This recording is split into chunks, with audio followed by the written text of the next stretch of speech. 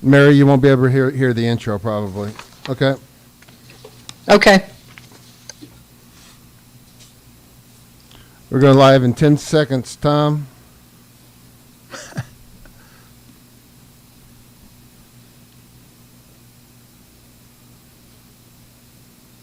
Here we go. Mary, you won't be able to hear the intro. Nothing. Go ahead, take us in, AJ.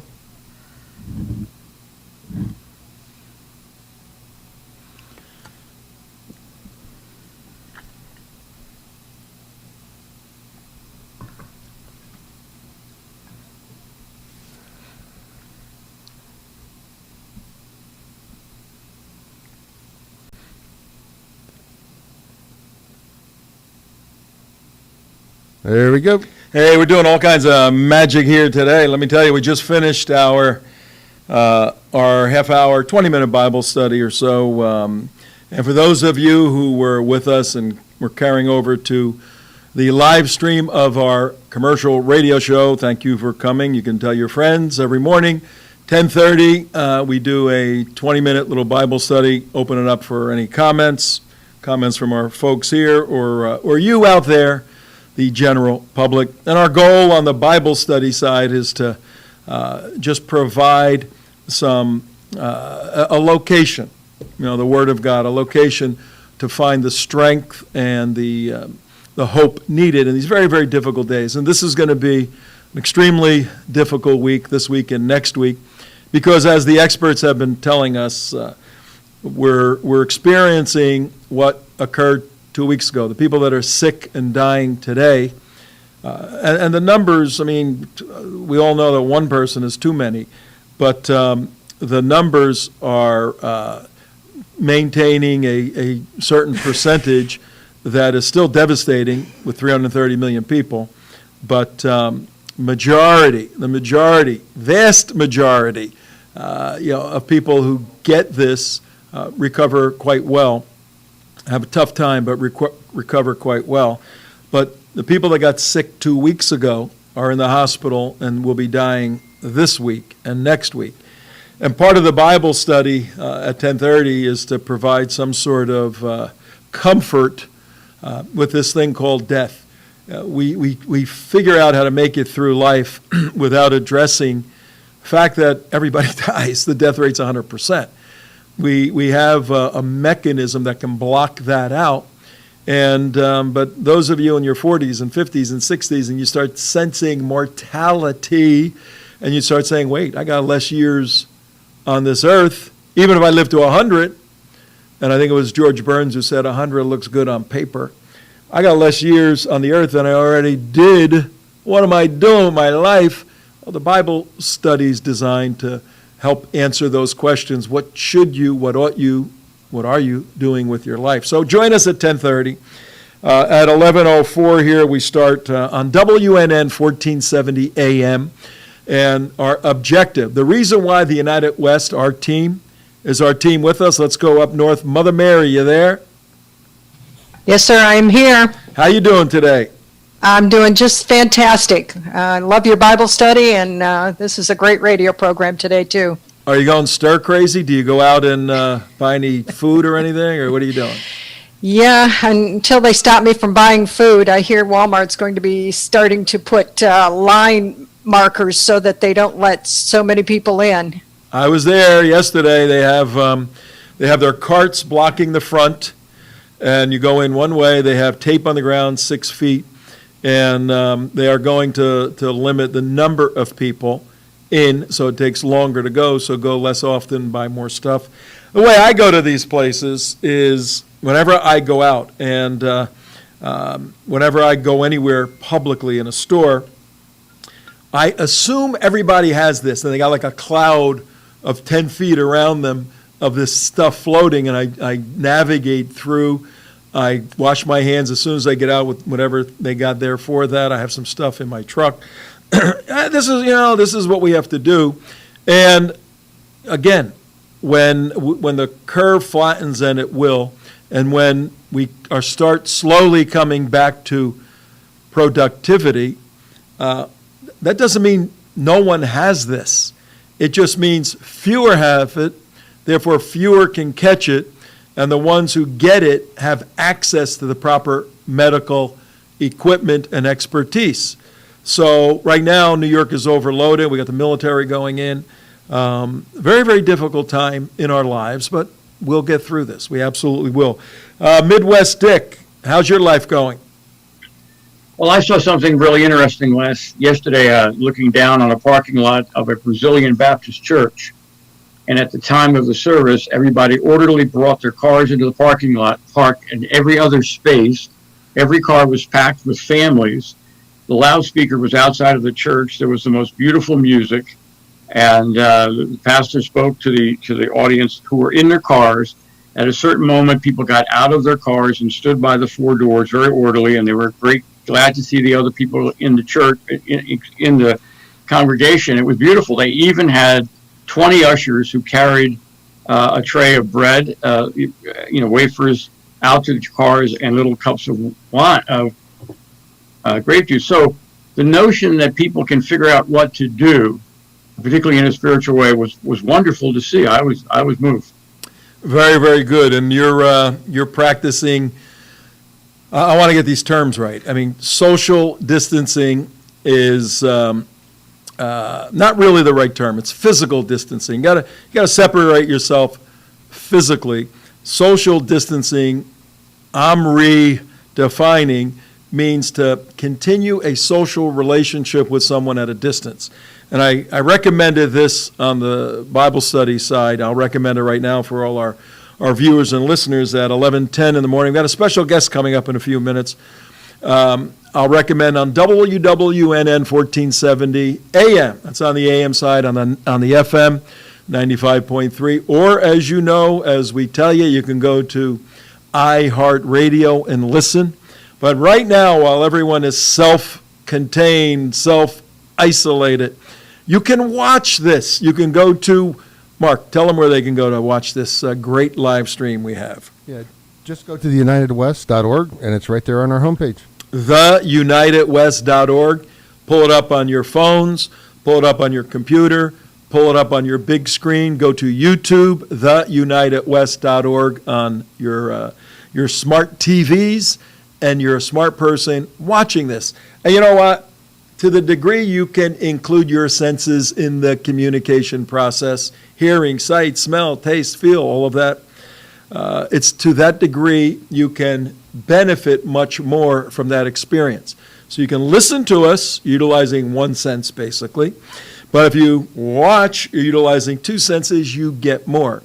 Pretty soon we're going to have smell vision. We're going to be able to let you smell the studio. Is that coming soon? No, we're just going to wire it directly to your brain. Okay, I'm going to wire it directly to your brain. Everything's coming straight into your frontal lobe, and right there for everybody to see. I did get, I picked up Airwick at Walmart the other day, and we have those little burner things, and I picked up one that reminds me of a head shop, a hippie head shop. I don't know, we're going to keep that one, but... What you did, the other day we were talking about the chip that everybody's, for all the social distancing stuff, and now you just, so you don't have to touch anything, you just wave your hand over a chip reader. And I got the chip stuff, baby, if we can get to it today or tomorrow. There's two chips now, not just the first chip that we talked about last week. Now they got a dye that they inject under your skin to determine whether or not you have all the vaccines you're supposed to have. Right. Bible study.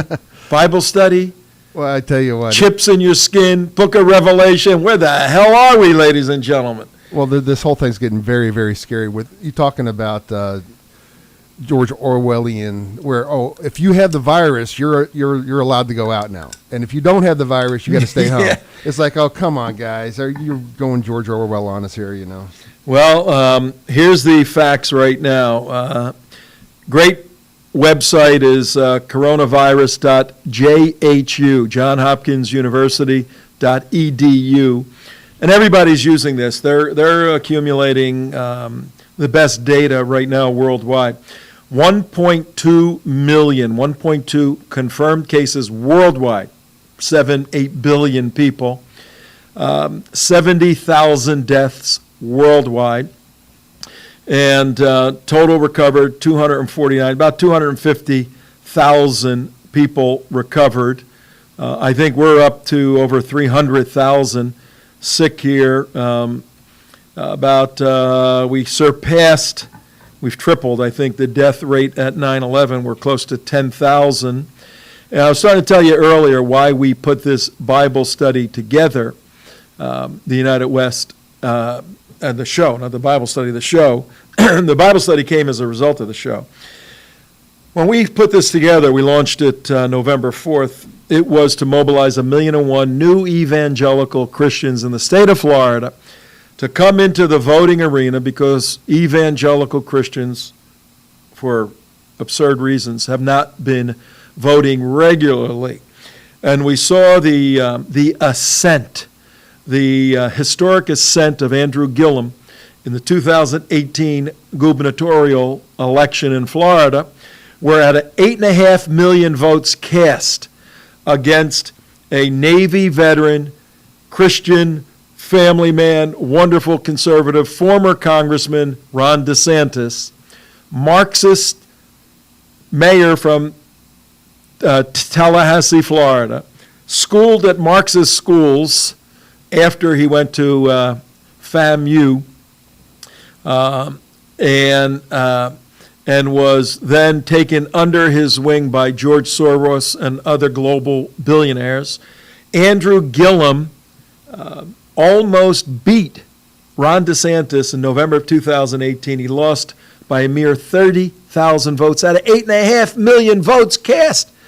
That threw a shockwave into the conservatives in the state of Florida. What the hell's going on? How could a Marxist who presents himself as a new socialist, who is better than Obama at communicating with people, how could the state fall for this guy? So we launched a campaign to counter his effort, 1 million new Democrats, to their tagline, flip Florida blue, to win 29 electoral votes, to defeat President Trump, because you got to win Florida to become the president in 2020. We launched our campaign. 211 days, that vote will be taken place. Rest assured. It ain't going to be by mailing them in or calling them in or Nancy decides or whatever. We're going to go to the polls on November 3rd, 2020, 211 days from today. So as much as the corona world is a necessary and massive distraction from our everyday affairs, we here at the United West are staying on track, bringing you information to mobilize these evangelicals and other constitutional conservatives. Critically important to win even more so now on November 3rd. Andrew Gillum has been knocked down. You know that story. If not, we'll tell you about that. He had a epic moral failure a couple of weeks back, caught in a gay methamphetamine party in South Beach, sprawled out on the floor, nude, puking, the whole thing. Pictures are all over the internet. It's very, very sad. As much as he is our enemy, our ideological enemy, we don't want to see people's lives destroyed like that. But his organization, Forward Florida Action, is continuing. So we will continue to meet them. We had a setback last week where the appeals court in the state of Florida overruled the Governor DeSantis's efforts to require felons who now have the right to vote in the state of Florida, to require them to make full restitution. That was overturned. They don't have to make any restitution. They can just go vote now. And you know the left is trying to figure out how to get those people to the polls. And we know what they're doing. They're trying to get absentees to everybody. So we're going to stay on this. A website we're using in conjunction with the Trump campaign is Army for Trump, armyfortrump.com, armyfortrump.com. We want you to go there and sign up. 9 different ways to participate digitally in getting the message out that we need this administration for the next 4 years, because we'll get through this, folks. And I want to hear our special guest weigh in on this too. There's going to be such a grab to nationalize certain sectors of our government in light of Corona, the medical industry, the certain corporations need to be nationalized for the sake of everyone's health.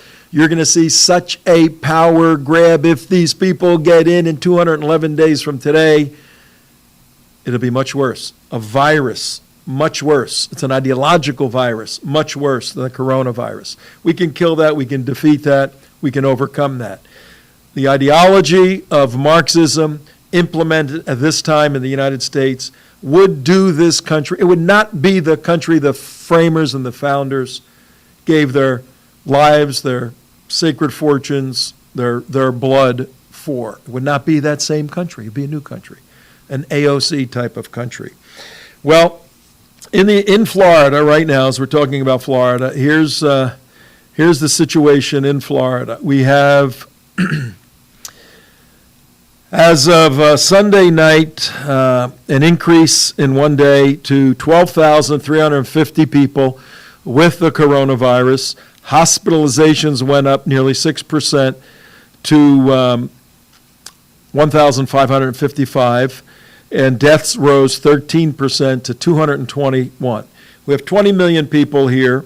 We have 12,000 sick, and this, again, we're going to see these numbers increase because our flattening really didn't start till 2 weeks ago. So for the next week or two, the people who are sick are going to start coming online. This will go up. But I think this state overall is practicing all the requirements that Vice President Pence has on his little sign on a pretty good basis. The beaches are shut down, all of that, the restaurants, and the argument is, when are we going to open these things? But again, we have to have patience with that.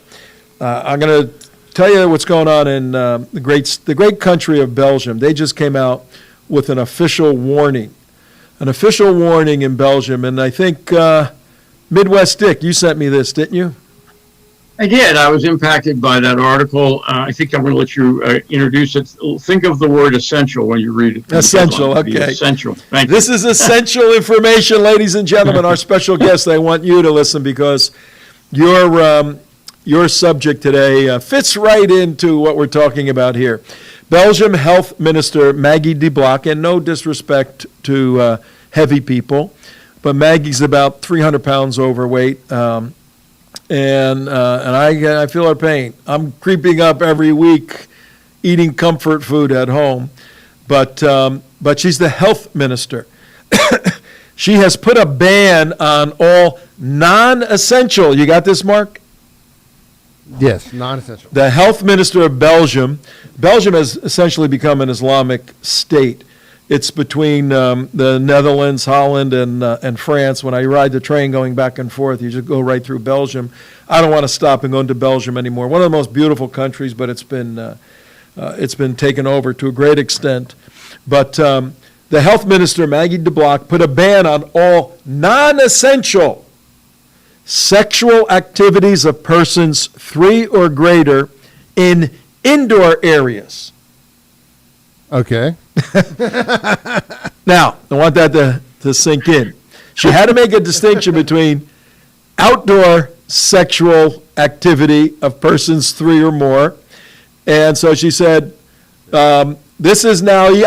I'm extending this ban to indoor sexual activity of persons 3 or more." Okay. To control the virus. She said she was forced to act swiftly because Belgium's reputation as the, and quote, her quotes, beer drinking and group sex capital of Europe.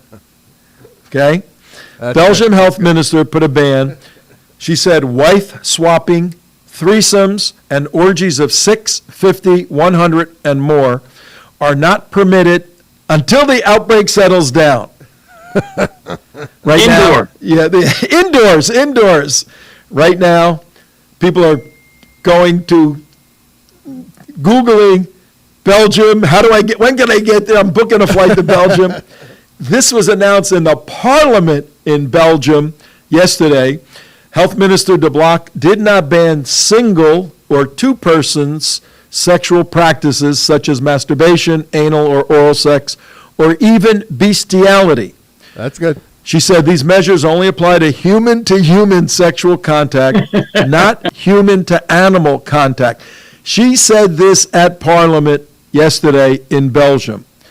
A 2018 survey revealed that 78% of Belgian couples, 78% of Belgian couples practice wife swapping, a culture that began and became practiced in the 19th century under the rule of King Leopold II. What a great king he was.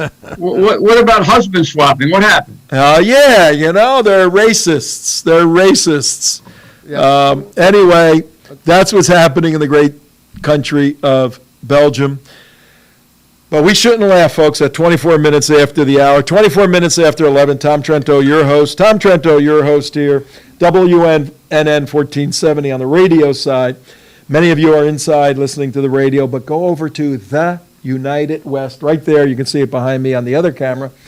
theunitedwest.org, and you can watch in living color all of this. Today I have my Aaron Vaughn shirt on. Our dear friends, Billy and Karen, lost their son in 2011, August 6th, SEAL Team 6. And this week, I think we would have been, or last week, at a fundraiser for Operation 300. That went by the wayside. But this country, folks, this country should not laugh too much at Belgium. We have our own sexual problems in this country. And in an effort to mobilize you evangelicals who aren't voting, we know that this next president's going to pick at least one member of the Supreme Court of the United States, most probably. We know the next president's going to pick a whole heck of a lot of federal judges, how important that is. We know that the next president is going to provide guidelines for freedom of speech, moral sanity, for the protection of people of faith. We know that. We also know there's a corresponding radical element out there trying to break the Judeo-Christian value system down and reorient it. If you read anything about Marxism, anywhere from the time of Marx to the naked communist, there's a written plan that the communist world has to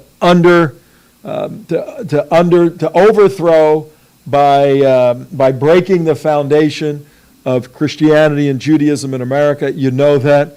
You know the Marxists are trying this at an institutional level, an academic level, a media level.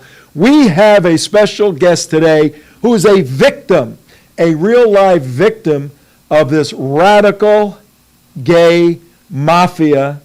Please welcome our dear friend to our show, Stuart Kaufman. Stuart, how you doing, buddy? Hi, Tom. How are you? Good to see you. I have one correction for you, though. Yes. I'm not a victim. I refuse to be called a victim. I lost a battle, but I'm still in the war. Do not call me a victim. Oh, okay. I stand corrected. Thank you. No problem. That's the kind of attitude we need, ladies and gentlemen, because he lost a battle that is frightening, absolutely frightening. It wasn't, okay, you can't do that anymore.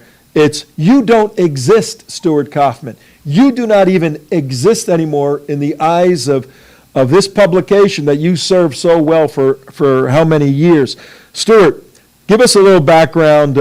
We're friends for a long time. I think we met in the days fighting the Ground Zero Mosque. Remember those days 10 years ago? Yes, the first time we met was at the rally, and you were filming, and I came along on my motorcycle. Mark, do you remember that? He came by, and I think I had heard his name somewhere, and then, I don't know if it was that rally, probably was that rally. Both of us spoke. You gave a powerful, powerful presentation, and so did I, but that's beside the point. Yeah, this is about you. it. This is about you today. And then we became brothers in arms at that point. Tell the folks a little bit about your background, how you wound up fighting the Ground Zero Mosque. Then we'll move into your crazy situation today. Well, I spent years as a lawyer, and I hated it so much I quit the profession twice. Then I became an investment banker, and then ended my career in the business community as an owner of a couple of businesses, and retired in 2005. And I was looking for something to do meaningful with my life, and I happened to have been put together by my cousin, the valiant Jeffrey Weisenfeld in New York, by a gentleman by the name of Frank Gaffney, who is the founder of the Center for Security Policy. And he enlisted me in the cause against Sharia Islam. And so I became involved in, I was chairman of a group called Stop the Madrasa, which was a public school put together by Mayor Bloomberg, ostensibly for the purpose of teaching Arabic, but there was a board of advisors for this school consisting of 5 clergy people, 2 very leftist Protestant clergy people, and 3 far radicalized imams. Now, the first question is, what is a public school doing with a panel of religious clergy? But at any rate, we beat him. We stopped the thing. Then I became involved in organizing the rally against the Ground Zero Mosque. And that was really quite an effort. But Bloomberg lost again. This is the multi-billionaire Bloomberg who had enemies that he could simply destroy with a snap of his finger, and we beat him again. Subsequently, I became involved in the fight against Sharia. And then about 8 years ago, I decided to leave New York. I wanted to live in the United States. So I moved to South Carolina. All right. I've been South Carolinian all my life. I just didn't know it. Yeah, I have been active here for a while. And now to get to make the bridge to what's happened recently. About 5 years ago. hang on, Stuart, hang on 1 second. Sure. And folks, Mark, first I got a question. Is there 2 cameras here? Which one is the right? The top one or the bottom one? It doesn't matter. Just look at. No, I want to look in the right camera. It's the bottom one. Okay, it drives me crazy when people are looking over here. No. I want to look at the audience. I want to see Stuart. You got to understand, Stuart. You got to understand Stuart, folks. He is New York. He's totally New York, completely. And now he's a South Carolinian. A South Carolinian. He made the transition. I mean, flowered shirts and sandals and the whole thing, and it's simply amazing. He came down here and got involved in a variety of things, but he's a brilliant individual, a very precise, exact, and accomplished writer. And his personality, his black and whiteness, this is black and that's white, comes out very clearly in his writing. And he lets the chips fall where they may. This is what makes up excellent writing, because it stimulates discussion and debate. When you and I were growing up, Stuart, in school, that was like one of the things that's really good, to stimulate debate. As you're going to see, and as many of you know, and this is a message for everyone listening here at 11:32 in the morning, Tom Trento, your host. MATA behind me, Make America Think Again. That's why we're doing this, to think. This show today will make you think and mobilize you evangelicals. You're the ones not voting. You're the millions who aren't voting in Florida. This show will make you think, because this whole idea of public debate in the public marketplace going away. I'm going to read the introduction of the letter that you wrote for the newspaper, then you can backfill and fill it all in. But here's where we're going, folks. Listen to this. Stuart became a editorialist for a well-known paper, the Charleston Mercury, in Charleston, South Carolina. Did a weekly column. He'll tell us how many years. Monthly column. Oh, it was monthly. How many years did you do it? 5 years. 5 years. And whenever it would come, I would put a little red flag by it and made sure I read that column as soon as I could. And I never read this column. That's the point of the show today. I never read the column I'm going to read a paragraph on right now. He's going to tell the story. And if this doesn't infuriate you, you can't be infuriated.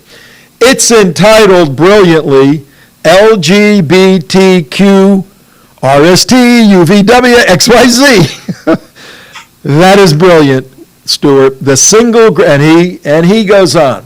The single greatest benefit that flows from the fact that I have been granted, Stuart speaking, the opportunity to write this column for the Charleston Mercury is the fact that I can complain loudly in public about all the things that truly annoy me. That is vintage Stuart Kaufman. This month's thorn is particularly infuriating because I firmly believe that it is at the heart of much of the, don't miss what I'm going to say, folks, it is at the heart of much of the moral decay in today's American society. Whether it is the cause of this moral decay or the result, I'll leave that to the theologians and the sociologists to debate. That's a fabulous opening paragraph for a controversial piece by design. Our idea for editorials is to say something by design. He continues, a few weeks ago, I had the occasion to telephone the company that provides my health insurance. I went through an intermediate telephone tree, another annoyance, before I arrived at an actual human being. And he asked me the obligatory questions. One popped up that threw me for a loop worthy of Cirque du Soleil. This person, with an offshore accent, parentheses, I'm being polite, close parentheses, asked me, with what gender do you identify? Stuart then writes in gigantic caps, with what gender do I identify? After I picked myself up off the floor, I wanted to ask this representative how many choices did I have? But I don't want to go through the effort of wading through his vaguely intelligible pronunciation in order to understand what he might say in response. Now, he's calling his health company. He got somebody from overseas, right? So I responded as politely as I could. He said, I am the masculine, manly, macho, mannish, virile, non-feminine persuasion. I tried to think of as many synonyms as I could for the word male, as much as I did as in the John Cleese and the parrot sketch describing the word dead. And then he goes on from there. Stuart Kaufman, what the heck is going on? Well, what happened was the column was published. And my problem, the column was aimed at these groups of people, activists for the LGBTQ XYZ MOUSE, who do anything they can to shut down anyone who opposes them. In other words, you can't engage in a debate with them. In other words, if you surface and you're opposed to what they say or do, you must automatically be shut down. And two perfect examples that just happened recently. Last Christmas, and I put this in the column, Nordstrom's in San Francisco. There was an employee at Nordstrom who complained that the Salvation Army was collecting funds outside of Nordstrom's doors. And this particular employee was damaged because the Salvation Army is opposed to homosexual marriage. So he complained to Nordstrom's, and Nordstrom's bowed down to him and banished the Salvation Army from collecting money in front of the store. This one guy. And Nordstrom's, this giant retailers, was so frightened that they simply threw out an organization that does so much good. It's incomprehensible. Another example of what they try to do happened last week. You remember with the coronavirus going on and New York being so stricken, Franklin Graham of Samaritan's Purse steps up and he establishes a huge hospital, tent hospital, in the middle of Central Park. And all of a sudden, a bunch of banshees roll in and they complain and scream and holler because this person doing so much good all over the world and here in New York, and in New York doing so much good, he is opposed to homosexual marriage. So automatically he has to be shut down. Well, now to get back to what happened to me. I wrote this column. It was published in the Matter of Course on February 3rd. It's a monthly. So this column actually came out then? Correct. Okay. Now what happens is a couple of days after the column is published in the print edition, it was the publisher's practice to then publish it on the web, on the Charleston Mercury page. I had 50 columns that were out there in the ether on the internet. Well, the day after the column was published in the print edition, I received a call from the publisher who was very, very concerned. He had been deluged by abusive threats and warnings that if he didn't fire me immediately, then they would boycott the advertisers of the Mercury. Well, the Mercury is not a large publication, and this is his livelihood. So I don't blame him. I feel badly. I'm disappointed, but I don't blame him. I mean, this is how he supports his family. And he had 6 advertisers drop out immediately. Wow. So he didn't put the column on the internet. Furthermore, and this is what really frosted me, he pulled all 50 other columns down off the internet. I became a non-person because a group of howling hounds of hell decided that my views should not be heard. In the month of February, life was miserable. I received death threats, as did the publisher. I had one guy, I looked him up. If you saw, remember Pajama Boy, Obama's Pajama Boy? This was Pajama Boy. And he threatened to fly in from California and crucify me. Oh. Now remember, this is a small circulation newspaper, periodical. I wasn't on the internet. I'll guarantee you that all these people who are mobilized from all over the country never read the thing. You had some woman and a couple of other people here in Charleston who were outraged. And subsequently, the publisher was threatened, advertisers were threatened, and I was told that he couldn't take my column anymore. And the month of February, I really received some threats, serious threats, as did he. I was told that I should carry a weapon, which I won't go further. I live in South Carolina. But at any rate, it hasn't stopped. It hasn't stopped. Just yesterday, I happened to be on a neighborhood blog. Let's face it, Tom. I'm like you. I'm 76 years old, and my capacity for indignation never ceases to amaze me. But at any rate, just the other day, I was on a blog, a neighborhood blog, and we were talking about the coronavirus. And some people chimed in, of course, complaining about President Trump and how awful he is and what he hasn't done, etc. So I defended the president.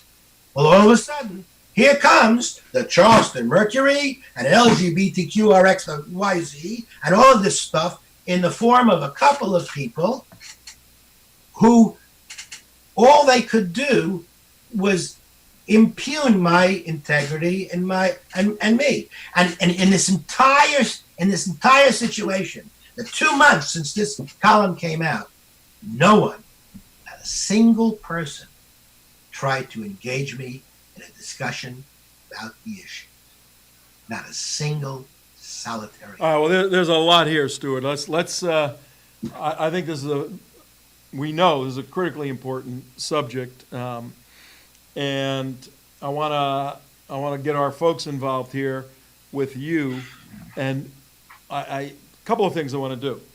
I want to find out what your basic proposition was. What was your objective in writing this, and in terms of stimulating a debate?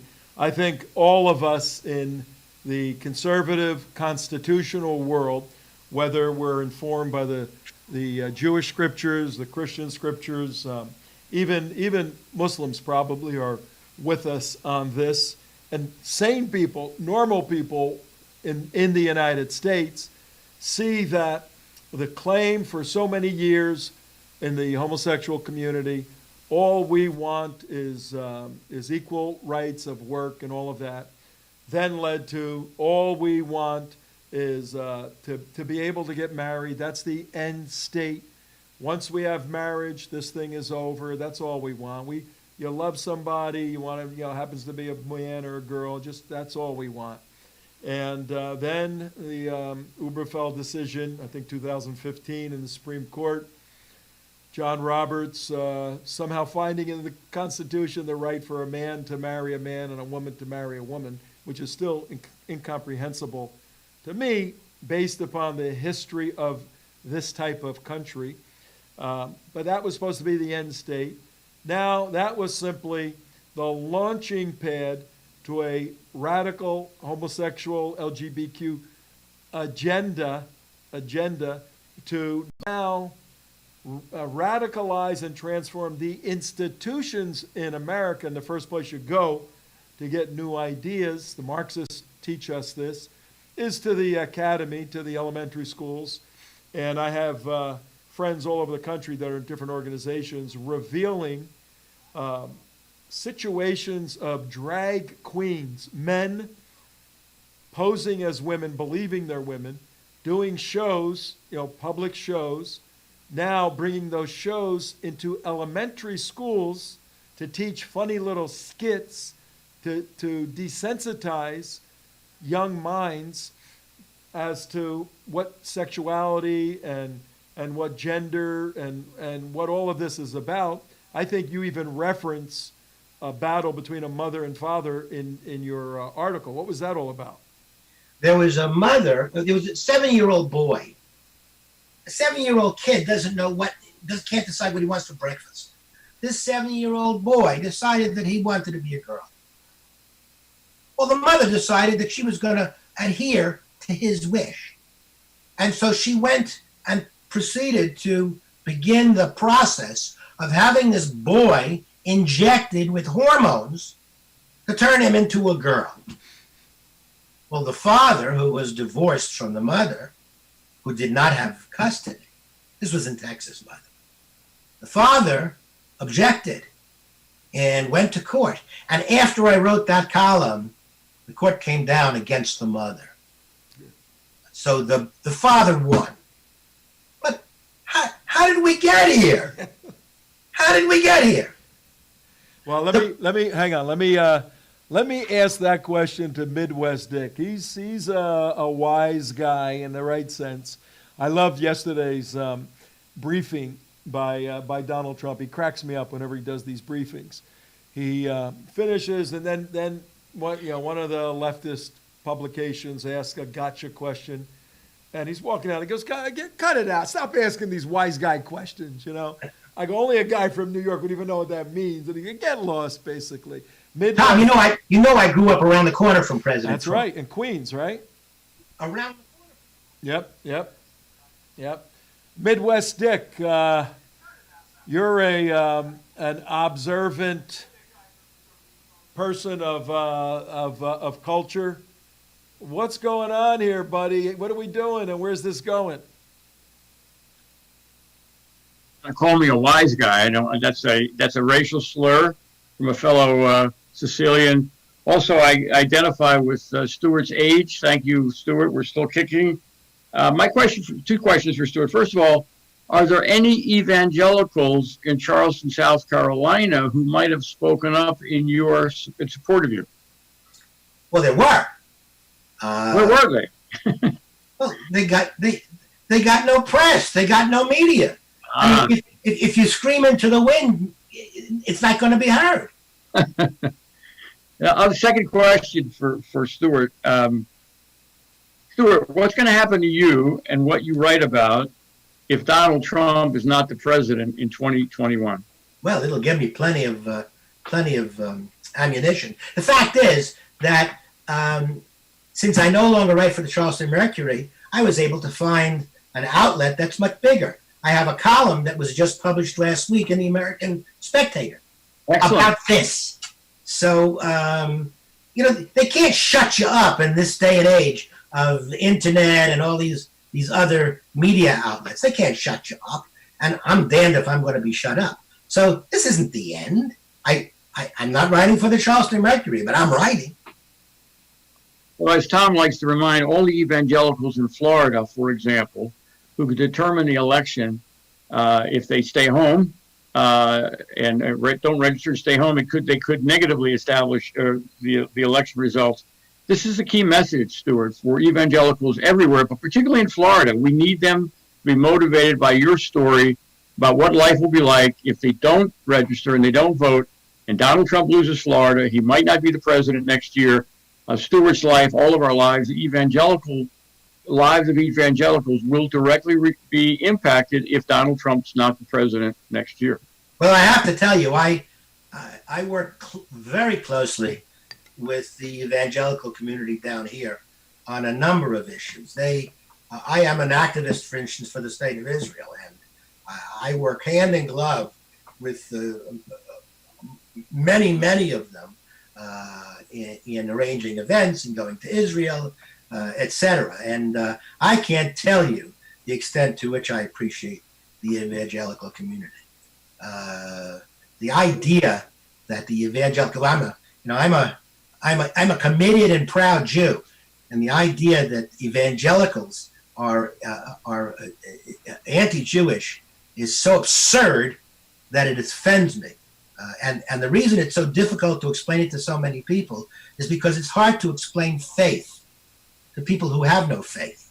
So when you say the evangelical community loves the state of Israel and loves the people, the Jewish people, it's because of Genesis 12:3. I will curse those who curse you, and those who curse you I will curse. Well, if you have no regard for the Bible and you don't believe in faith or anything like that, you're not going to be able to understand anybody who takes that seriously. So I digress, and I'm sorry, but No, that's good. Mary, I'm sure you want to talk to our buddy Stuart here on this stuff. Mary. Mary doesn't want to talk.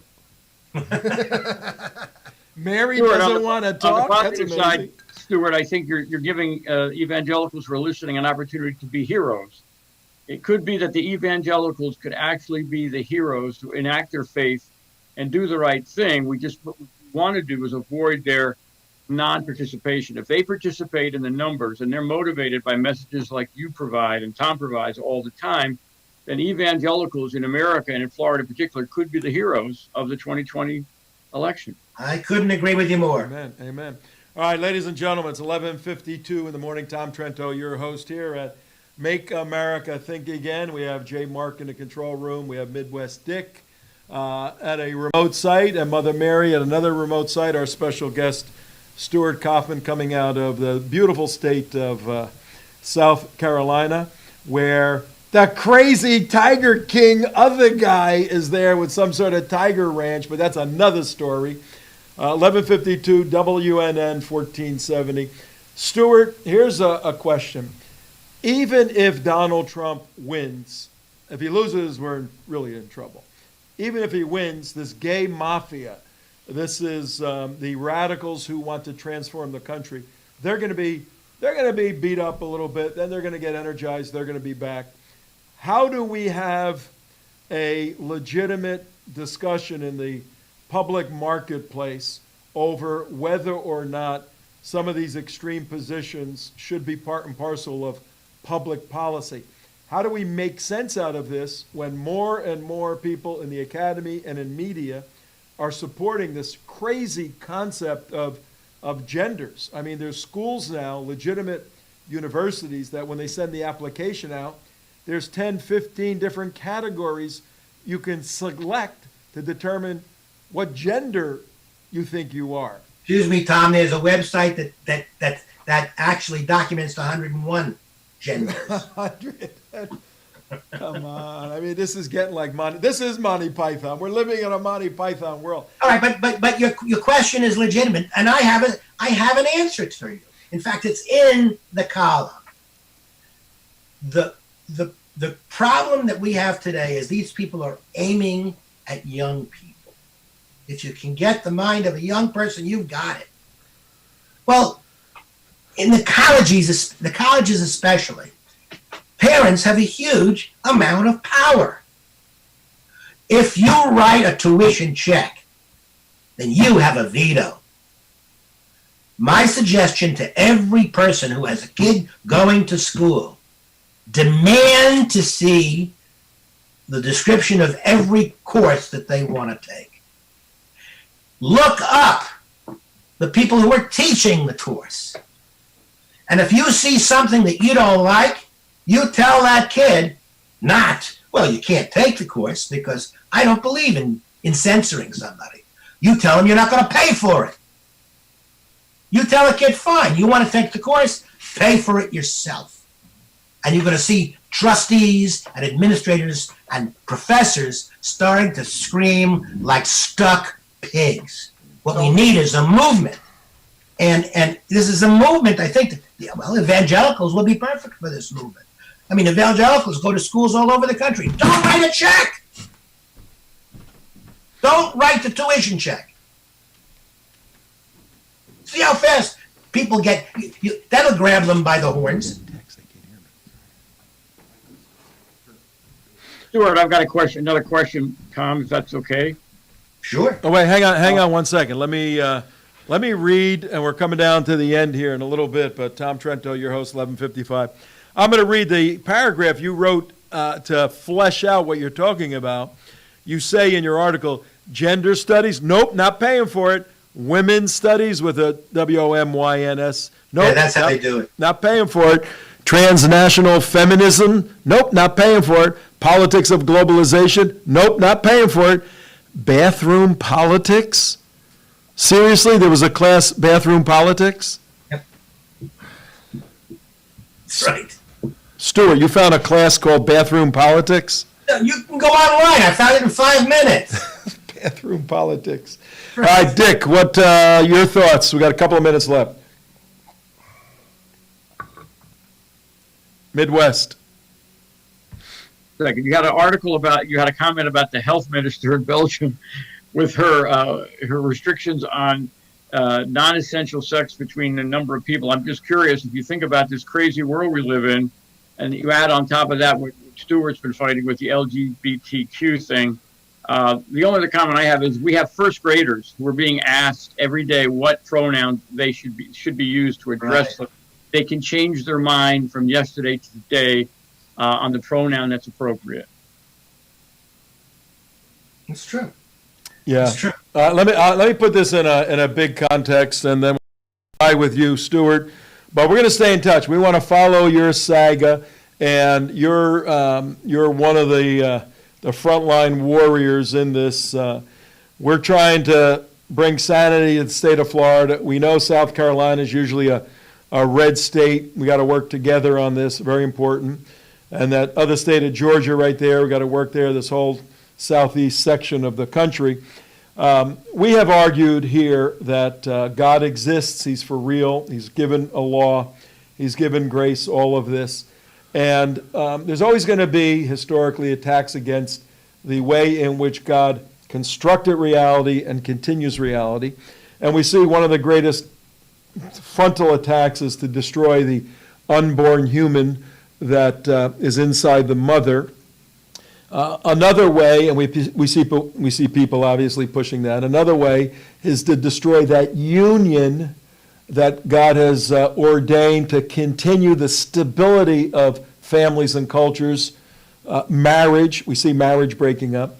Then now there's an attack on the gender, the way God selected people to be male and female. And I've heard it said that, we got that loop going on. I've heard it said that if you're confused about your gender, pull down your pants and look, and you can figure out pretty quickly what you are. But now there's an attack against the concept of gender. All of these are cultural attacks against the Judeo-Christian worldview, which was the foundation upon which the framers wrote this contract for how we live as a society. The Marxist left and the radicals are fighting directly against all of that, which is why in 211 days we got to rein in sanity in this country. Stuart, you got about 30 seconds. You can close out the show. Well, I appreciate it, Tom. Thank you for having me. By the way, just behind me, this picture that's on the wall happens to be of the Grand Place in Brussels, but I don't see any outside activities going on. But at any rate, my point is that people have to get angry. People have to stand up and get angry 15 seconds. and organize and oppose. They claim, these people, that they objected. They said it was inciting violence. All right. Stuart, thank you very much. Tom Trento saying goodbye. Enjoy the Monday, folks, and wash your hands.